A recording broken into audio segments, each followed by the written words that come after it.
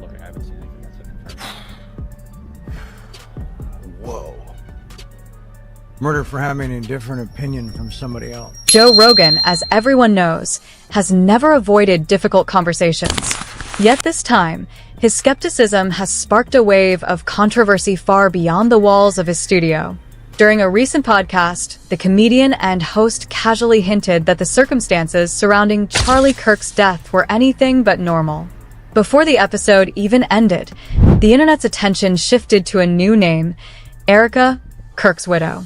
We're joined by my wife, Erica Kirk, the beautiful, famous Erica. I love you deeply. You have my heart. You're my best friend. Welcome to Charlie Kirk, he once said warmly. But the real question soon became not what had happened. It was who stood to gain the most from his death. For reasons unclear, all signs began to point toward one man, former President Donald Trump. It's complicated, yet he did, quite unexpectedly, pray for his rivals. Joe Rogan's tone stayed calm, but his words carried weight. The death of the founder of Turning Point USA had turned into a strange, tangled mystery. It was odd, Rogan remarked. That single word was enough to open a door of doubt no one dared to walk through. When he said, something strange was going on, listeners froze. And I felt it. Charlie Kirk's death stunned the political world. It happened before thousands during what looked like an ordinary tour stop. The suspect reportedly carried a World War II relic, setting off chaos. Then, he vanished mysteriously, only to be caught hours later. Joe Rogan didn't even try to stay neutral when he heard. Now, they're saying it was his grandfather's World War I rifle. No serial number, he noted. Well, that's interesting. The idea that someone could take apart a century-old weapon and reassemble it in minutes was so absurd it bordered on impossible, but Rogan's skepticism didn't stop there. He questioned how everything seemed pre-planned, the investigation too smooth, the motive too perfect, and the entire story fitting too neatly into America's political tension.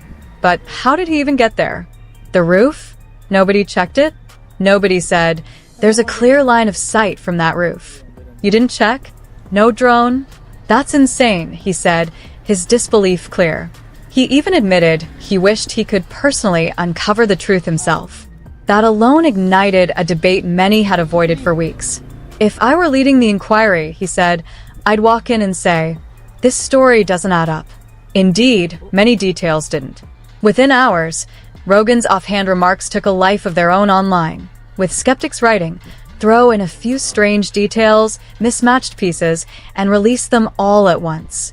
People feared he wasn't just referring to a suspect, but hinting at something far deeper, a connection that dragged Erica Kirk into the spotlight.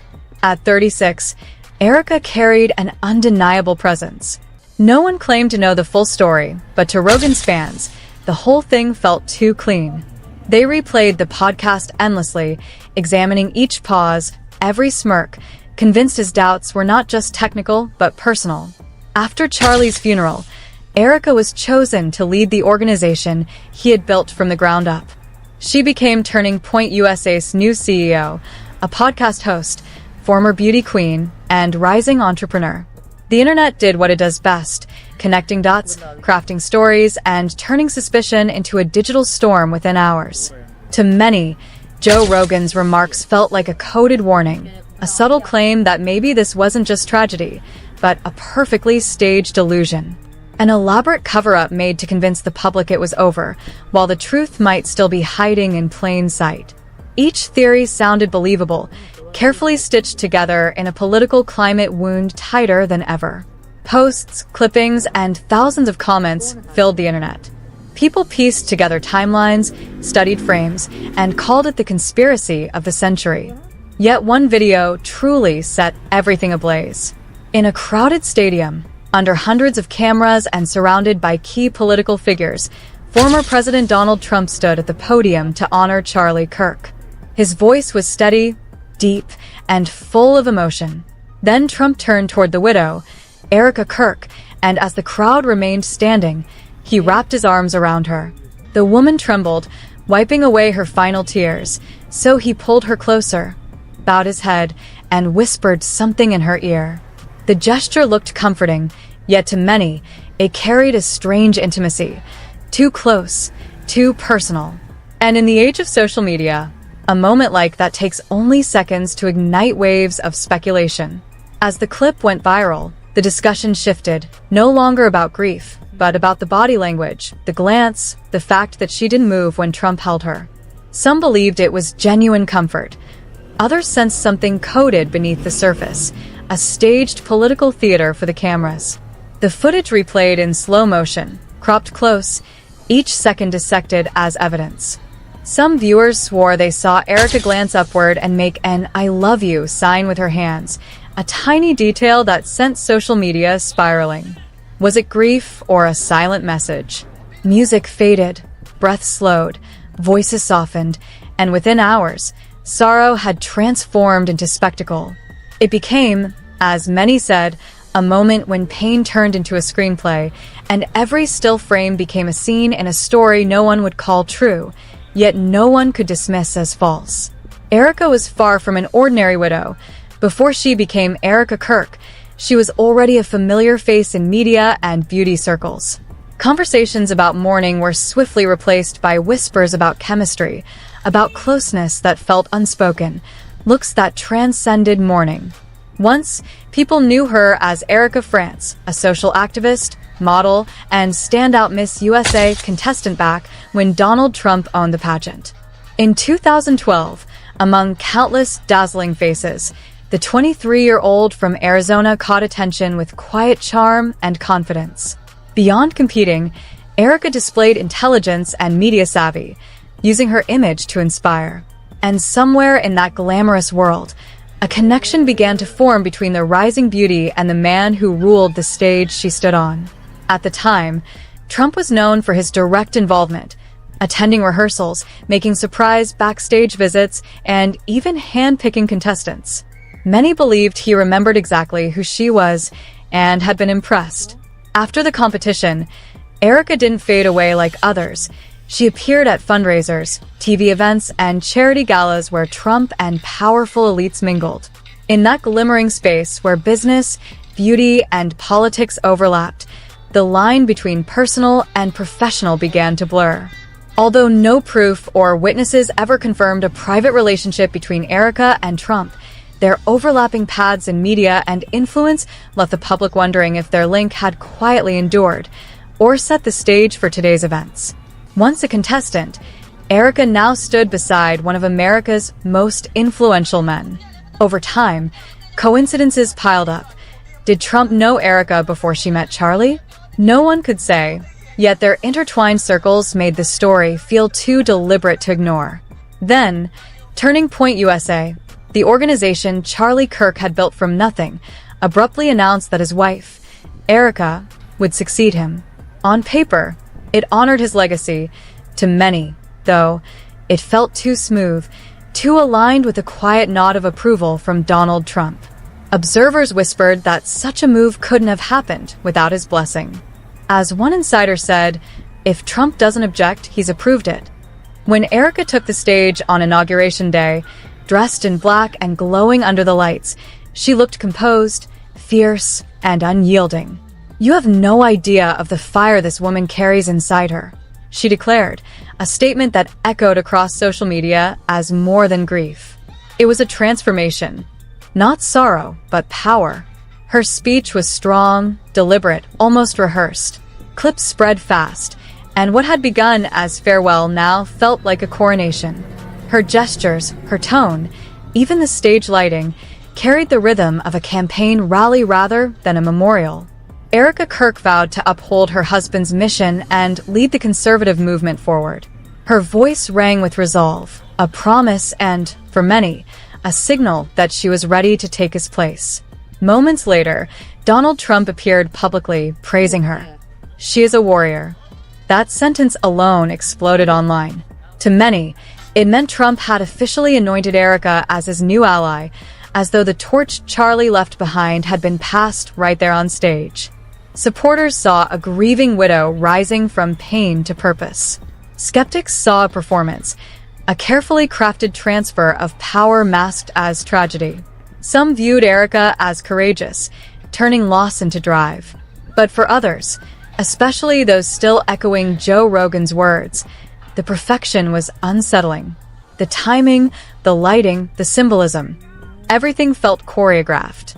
The instant she raised her hand and the spotlight hit, it created an image so cinematic that many wondered, was this fate or design?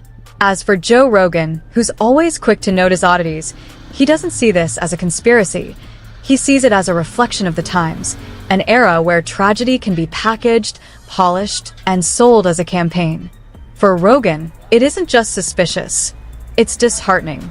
Though the memorial footage struck many as strange, Erica's rapid shift to a poised political figure turned the story into something that looked like a real-life political thriller. On his podcast, Joe Rogan spoke hoarsely, not theatrically but with genuine sadness and frustration, condemning how some online audiences twist grief into amusement, making memes, cutting clips, mocking, and cheering over pain they barely grasp. It's frightening, Rogan said, admitting that the official account may be accurate, but lamenting how divided the country has grown since Charlie Kirk's death. His tone broke in that instant. He wasn't provoking. He was observing a society that has lost empathy. The issue wasn't right or wrong anymore. It was, why have we become numb to one another's suffering? If facts and emotions alike can be turned viral, is anything real now? Music faded, his voice trembled, and Erica stayed silent. He's not naturally combative. That day, he was simply talking with students, sharing thoughts, asking questions, until one moment sent fans reeling. Almost by accident, Rogan blurted mid-conversation, "There are a lot of weird streets around this." No correction, no follow-up, yet the phrase exploded online. Within hours, forums dissected every word. When Rogan mentioned conflicting details and someone covering their tracks, listeners connected dots. With the cyber detective segment, he dropped talk of suspects and instead hinted at shadows, people emerging from the tragedy with more power, more reach, more control. The community replayed every frame, analyzing pauses, glances, and tones. Rogan named no one, not Erica, not Trump, but left implication hanging. Fans charted minute-by-minute timelines, mapped locations, tracked paths, noted handshakes and half-smiles, asking, is this diplomacy or a signal? Rogan's words fed rumors, and the internet launched into full-scale investigation. Every handshake, camera angle, and touch became a talking point after Erica's appearance. One group rebuilt the seating chart, another traced backstage routes. Others slowed clips to 25 times speed, captioning each whispered line. No firm conclusions came, yet minor gestures, a nod, a step, a fleeting look, were stitched into a growing narrative. A snapshot became a message, a slip turned into secret code, a glance became agreement. Background scores swelled. Every viewer added a theory. Public debate intensified. Essays surfaced, some defending free inquiry, others urging restraint, and some bluntly claiming we're watching a media campaign unfold. Amid this storm, Erica's image appeared everywhere, conferences, hallways, bright stages. Even the distance of a handshake or the span of an embrace was measured. Supporters saw resilience, a woman transforming loss into leadership. Critics saw a storyline too polished to question. Silence didn't cool it, it fanned the flames. What the internet uncovered wasn't quiet but chaos. Clips layered on clips, theories stacked on theories, a culture torn between belief and doubt. And the lingering question echoed, are we truly chasing truth, or just the version that comforts us?